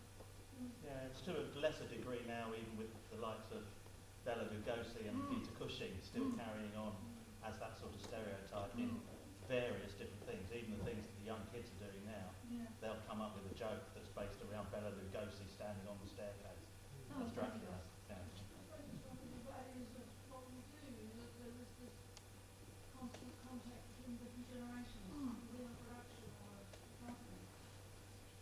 Thank you. We have questions row 2 and row 1 here. In a row, if that's okay. So there was just there was one behind you, I think, first, and then. Thanks. I've seen local, I've read references to something called Streets of Newcastle, which played, I think, at the Theatre Royal sometimes. I wonder, there were sort of regional spin-offs of, I would take it to be the place you're talking about. That's a spin-off of Boucicault, isn't it? Sorry. No, go ahead. Well, that's Dion Boucicault's sort of streets of New York, Paris, London. It's precisely that, yeah, but where you populate it for wherever you happen to be. I think I want to speak more to that. Sorry, it's not my impression.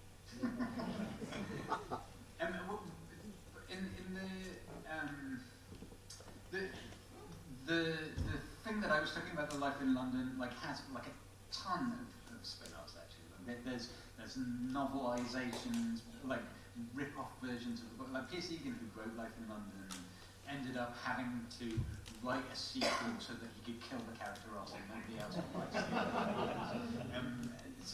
But there were like in all kinds of media. So I was actually just thinking about this in relation to the last question, the kind of the afterlives of some of these things that we're talking about. And of course, Tom and Jerry, like there's a famous cat and mouse.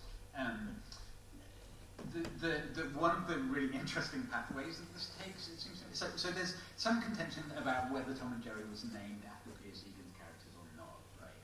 The general consensus is no, that it was just it was a competition of MGM workers or something were asked to name the characters, and there was a competition, and somebody suggested Tom and Jerry, and that's where it came from. Wasn't that sorry. What about the punch in between? Yeah, so that's what I was going to say. One of the things that Tom and Jerry did was create there's this kind of like eggnog like drink called Tom and Jerry that's still popular in the US actually, and if you go to any antique malls you can buy Tom and Jerry bowls, and so all of this kind of what we would now think of as merch that has a much longer shelf life than the original, like either that kind of 5-year moment where Tom and Jerry was all the rage, right? So the afterlives, like the way that it percolates and infiltrates culture, for hundreds of years after, and the point here, I think, is that Tom and Jerry the mouse and the cat were probably named after the Punch rather than the original play, but that still is a connection. I mean, those are the things that I find like totally fascinating. That there's this very localized thing that happens in a very particular way for a few years, and yet there's all of these kind of cultural ramifications that we're still like, grappling. Yes, just continuing on the afterlife theme, it's interesting how long Maria Marten survived. I mean, I saw professional production in about 1968, by which time it was no longer the whole evening, it was a sort of afterpiece as part of an old-time music hall bill, so it was presented in a shortened, kind of knowing version. And I guess what's happened since is the tropes from that have become the sort of classic villain and heroine and so on that we know in other things. Although I know that in relatively recent years it has still been performed by amateur companies as well. Maybe back in those same Welsh areas that you Yeah, probably. There was actually quite a big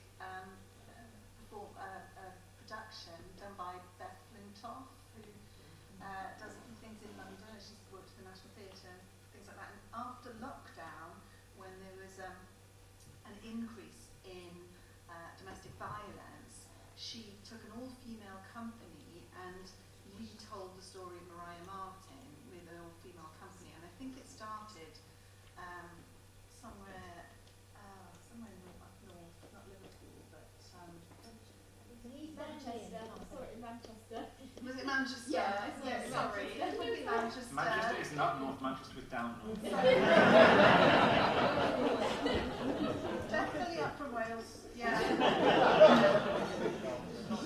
So I didn't see it. Did you see it? Yeah. It sounds amazing. It was interesting. It's radically rethink from the original. Yes. Very, very different, but trying to find a contemporary audience for it, which, part and parcel of. So yeah, it was interesting. Very different. The next question I believe was down the centre, out on the back, and then just try and catch my eye.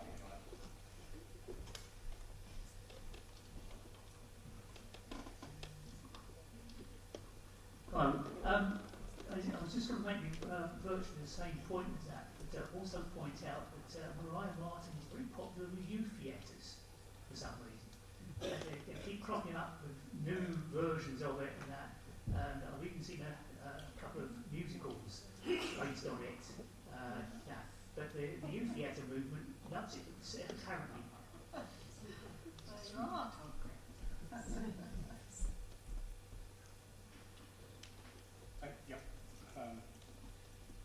Okay, from the front going back, I don't know how to describe. Stick your hand up again, then we go. Thank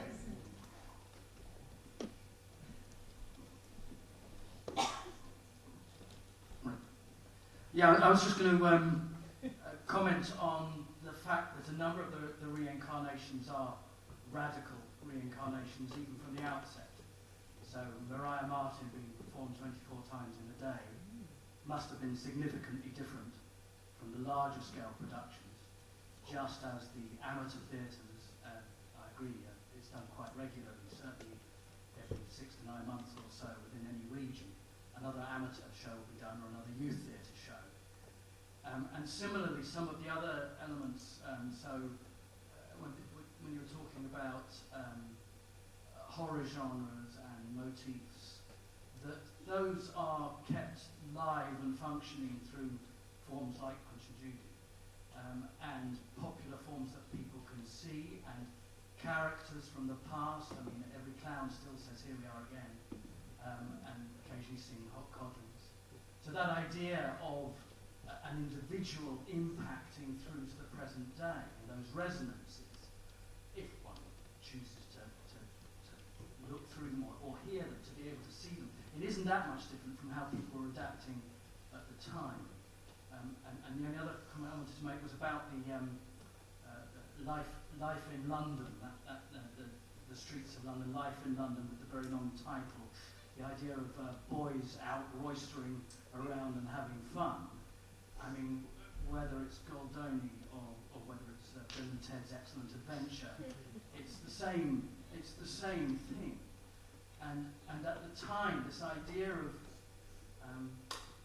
the cities being thrilling and exciting and a new place to be where it wasn't the rural environment, but was a new, vibrant and exciting middle class starting to develop at the end of the 19th century. That idea was conjured up, it seemed to me, by Punch or the London Charivari. And by using that term Charivari, it seemed to me they managed to encapsulate all that world of fun, frivolity, fear, danger, macabre nature of the world, and that actually that Punch is emerging, the London Charivari is emerging as a form and still has that same resonance today as a magazine. Thank you. With links with the illustrators, right? There's some Crookshank stuff going on in Punch, isn't there? I think. Is that right? Yeah. Maybe I can actually, I'm absolutely right. I think so. It definitely validates that. I have a sort of wider question I think about illustration. I was really struck by that Lyceum image of the bells there, where what you're seeing says that it is a depiction of as it is on the stage, but it is a depiction of what people think they're seeing on the stage, if you like. There's that literalization of the vision. You can't see any of the wires, as it were, the creases within that. And I was just so struck by it, and then in relation to things like in Ian's, there was ones where it says that there's a new grand medley, but the scenes are the same as they were last season and things. And I don't know what the question is in this point, but there is something across all three about why people go back to see something that is familiar and known, but what it is they're buying into by doing that. And it has to do with that sense of that level of depiction, literalization, and it seems throughout this period, even where we've got all these other forms of technology, we've got early cinema, the theatre is still sort of that place of wonder where that is. I don't know. Maybe the question is, why are these things all so popular, and is it because that Lyceum illustration, like, that tells you the answer because of the image? I don't know if there's a question, but can you answer it?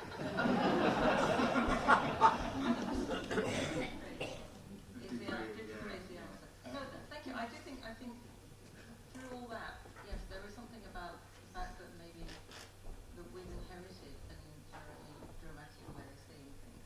And even though people may not go to the theatre now, they may not go to the theatre, or even the cinema in the same volume and numbers and rapidity that people used to. It's not the thing we go to. We still see things like that in our heads. So the idea of the wall disappearing and you see through it to see a memory, it literalizes it so perfectly. You don't need the pages are turning and the diary is going backwards, or now it's time travel. You don't need any of those conventions, but they perfectly sum up. So when you're trying to think about going out, it's the summer of 1984. You almost see the wiggly lines. It's what we've taken on. It's just that's when we've grown up with it, and I love the fact it's a long tail all the way back to Victorian theatre. It's almost where we sort of stage the metaphor, and people learn that vocabulary. Yeah. That makes so much more sense than what I was saying. Pick up on that. There's I don't know how good your memories are, but I showed you an image of the Watchman being knocked over in his box. Just keep talking about that. And there's actually a really great reading of this that I love, which points out the theatricality of that illustration. So this is long before it was ever on stage. That one. Yeah, that one. So the way that this illustration is framed, and the way that kind of the people in the scene are reacting to what's going on as the box turns over. The visual vocabulary that Crookshank is using, or the Crookshanks are using here, is one from the theatre. I mean, these are called the day and night scenes. Like that idea of scene is really important. Like even before it was a stage adaptation, it was like theatrical and theatricalizing. And I think like that like speaks very clearly to some of the things that you were just saying about like the way that the theatre kind of frames experience. That even when it is an illustration of something that is absurd and cartoonish and caricaturish, like the language is coming from theatrical practice and in this case kind of proto-melodramatic world. I find that totally fascinating. And there is something extremely theatrical about the way that the illustrations are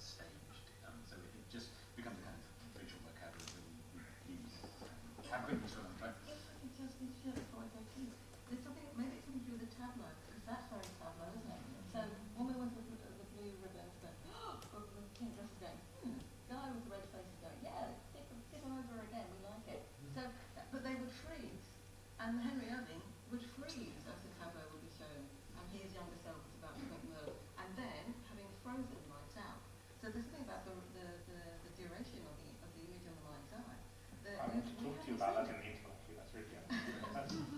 Yeah. Carolyn, do you have a... Yes, go ahead. Why do we have these things in our minds when we are Victorians? Well, this is the thing about melodrama, isn't it? I mean, melodrama invented all these different things. That was the whole Todslaughter, the twirling moustache, the flinging the woman around, tying her to the railway lines, all those things. It's become a sort of a massive... Everybody understands that that's the height of melodrama, and that it's Victorian, and that's where it began. With those things. I think the next question I'm being very strongly towards the one at the back. We will keep things going if you want to. That's the case for it. Thanks. Ian, in fact, I thought when I saw the picture flip through the presentation, you presented at the time that you were talking about a number of dichotomies in the story. I can't remember whether it was east, west, good, bad. I can't remember exactly what they were. And I wanted to know, because clearly this is Temple Bar, and is there something about the division between the city and Westminster, which is what Temple Bar stands for, that's relevant to the play? I mean, is there something that's been taken from that and then used in the drama?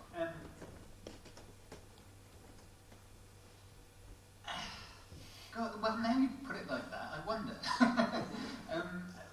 It's not, I don't think it's explicitly thematized as like you're going through Temple Bar and you're going from Westminster to the city. That isn't a thing that I remember being explicitly talked about. But the idea, I mean, there is a lot of emphasis on moving from, the classic example is Almack's, the club in the west, and then they go to Almack's, which is a kind of like seedy bar in the East End of London. And so there's this kind of movement through, and I guess that might be, I mean, we're talking about the Strand here. It's like one of the major thoroughfares that connects the east to the west. So I guess they would go through Temple Bar on the way. I mean, one of the things I actually find really interesting about this is that for all the emphasis on mobility and moving around and shifting, there's very little about kind of actual transportation and how you get from one place to another. They're there and then they're there, and there's not really that much interest in the journey. So I mean, one of the things that this print is really fascinating for is the fact that I mean, you're right. What they're doing is going from the east end of London the west end of London to the east end of London at this point, and they're going through Temple Bar, and on the way they knock over a Charlie. What's really interesting about this is that this is one of those prints that's clearly leading what Egan is writing in very obvious ways. So in the previous scene, in the text, Bob Logic is with them, but he's not in this print. So Egan has to quickly, hurriedly say, "Oh, he just got lost along the way," and there's no mention anywhere in the text, in the context of the book version, of the fact that there are two women there with, this is Jerry on your right-hand side. So Egan very, very quickly has to sort of make up the story about, they were just passing through and there was a couple of prostitutes that just took an interest in Jerry, and so he has to come up with an explanation for why there are women in the print when they're not part of the party they're going from. So that for me is a really interesting example of what the Cruikshanks are thinking is how do you get from here to here? But that's not what Egan is interested in when he's writing. So he's just here's a scene here and here's a scene here, and I've got to somehow make something up to explain this kind of the journey along the way. So that's a very roundabout way of answering your question about whether Temple Bar is significant here, but I think it might have been important for the Cruikshanks, but maybe not for Egan. I guess that's probably my answer to that. I think we probably have time for two more. I know that Hannah had one, so if you come down and in a bit, and then I did see another hand.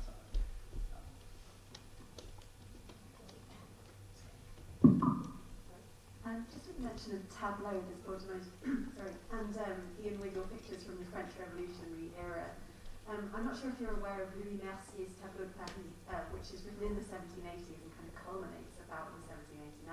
It's 36 volumes, it's about 3,500 pages of written tableaus of very dramatic scenes of different bits of this crazy urban jungle of Paris. It's the first one that I'm aware of these kind of books. I don't know if there are any earlier in English studies.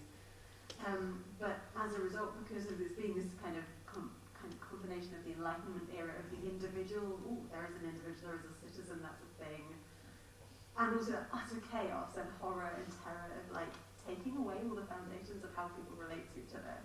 And Louis Mercier kind of plays with how the urban environment kind of creates those moments and has no means of expressing that except the theatre, like theatricality of the urban setting. So I suppose I'm interested, particularly with your text, but even with the kind of filmic presentations as well, not just how the text or the theatrical show influences the outside world afterwards, but also just like how all urban life is theatrical and therefore feeding into the theatre rather than the other way around. That's a sort of massive question. Thoughts? So firstly, that title sounds familiar, but I don't know it well, so I'll go back and do some more looking at that. But yeah, I mean, people really struggle to describe the experience of being, I mean, in urban environments generally. There are, I mean, going back to the early 18th century, there's a really great John Gay poem, Walking in the Streets of London, or Trivia, or the Art of Walking. Yeah, Trivia, or, yeah, another war title. Trivia, or the Art of Walking in London, which, again, falls back on some of the same things, like the kind of, I mean, you know, there is the sort of paradox of representations of the city, which is that it's always moving, it's always constant, it's always chaotic, but in describing it that way, the descriptions remain remarkably consistent throughout time. That everybody always seems to experience it in the same way, that it's always moving and always shifting. So that's one of the kind of interesting paradoxes that I like thinking through with these kind of descriptions of London, and because that is there, and the recourse to a language of theatre does seem kind of one of the ways that people try and process the overwhelmingness of what otherwise everyone always seems to experience as chaotic. So again, yeah, it's coming back to that idea of theatricality as forming a kind of basic foundational language or visual vocabulary for us to think about our experiences in the city. It's one of the few that's available in a world that is otherwise confusing. So yeah, I mean, that seems right. Any other thoughts on that? Or if they don't have to be, that's fine. We will take a final question to that, and I think you were, and also next door. Yeah. Just one point I was going to sort of raise on the point of available culture feeding into theatre then, and how then that influenced the public. It's not actually that different today. Our available culture today is film and television. The most commercial successes that are happening now are actually stage versions of film and television events, because that's actually pulling the audiences in to take it.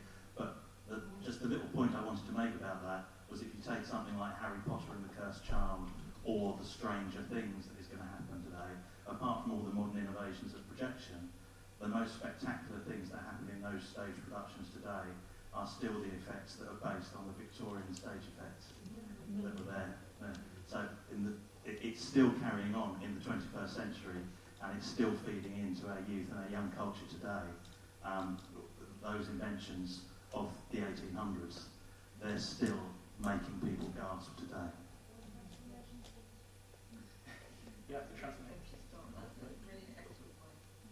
I feel that's such an excellent point, and sort of validation for what we're all studying. It's relevant.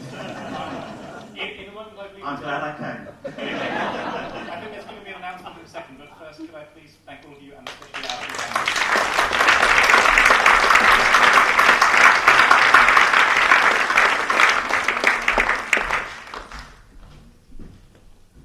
Thank you, Oscar. Just a bit of housekeeping, ladies and gentlemen, before we go for a quick coffee break. On the theatre tours later today, we have split you into 5 groups, and you will see that you have a red dot on your name badges. So those of you who are in the red group will meet in the front foyer to meet your guide. The people, and that will be Alan, the people with a yellow dot will meet at the front of the auditorium to meet Alison. The people with the blue dot will meet at the back of the auditorium to meet Jimmy. The people with the orange dot will meet in the bistro with Martin. And the people with the green dot will meet in the Stalls Bar, which is this area just at the foot of the stairs where the little video was showing at lunchtime, okay, to meet Paul. So that's the way that we split you up, and then we will then crocodile and rotate with discipline, ladies and gentlemen, because we do not want to reenact the Strand in Chaos at Hyde Park, which is what it turned into. In terms of Wi-Fi, some of you have been asking about Wi-Fi. Jonathan's going to put up a slide at some point during the break, which will give you the Wi-Fi code. Please do not all instantly, because catastrophe will ensue. So be a little gentle with it. It's like the building; it creaks from time to time. Okay. And for tomorrow's tickets for the tour of the Theatre Royal, which starts very early in the morning, so if you are clubbing tonight, just remember that. We have tickets to give you, which you can collect from Rachel, here we are, now or during the coffee break, to take, which you will then have to present at the front door of the Theatre Royal, because we're not meeting here, we're meeting at the Theatre Royal in Grey Street, okay?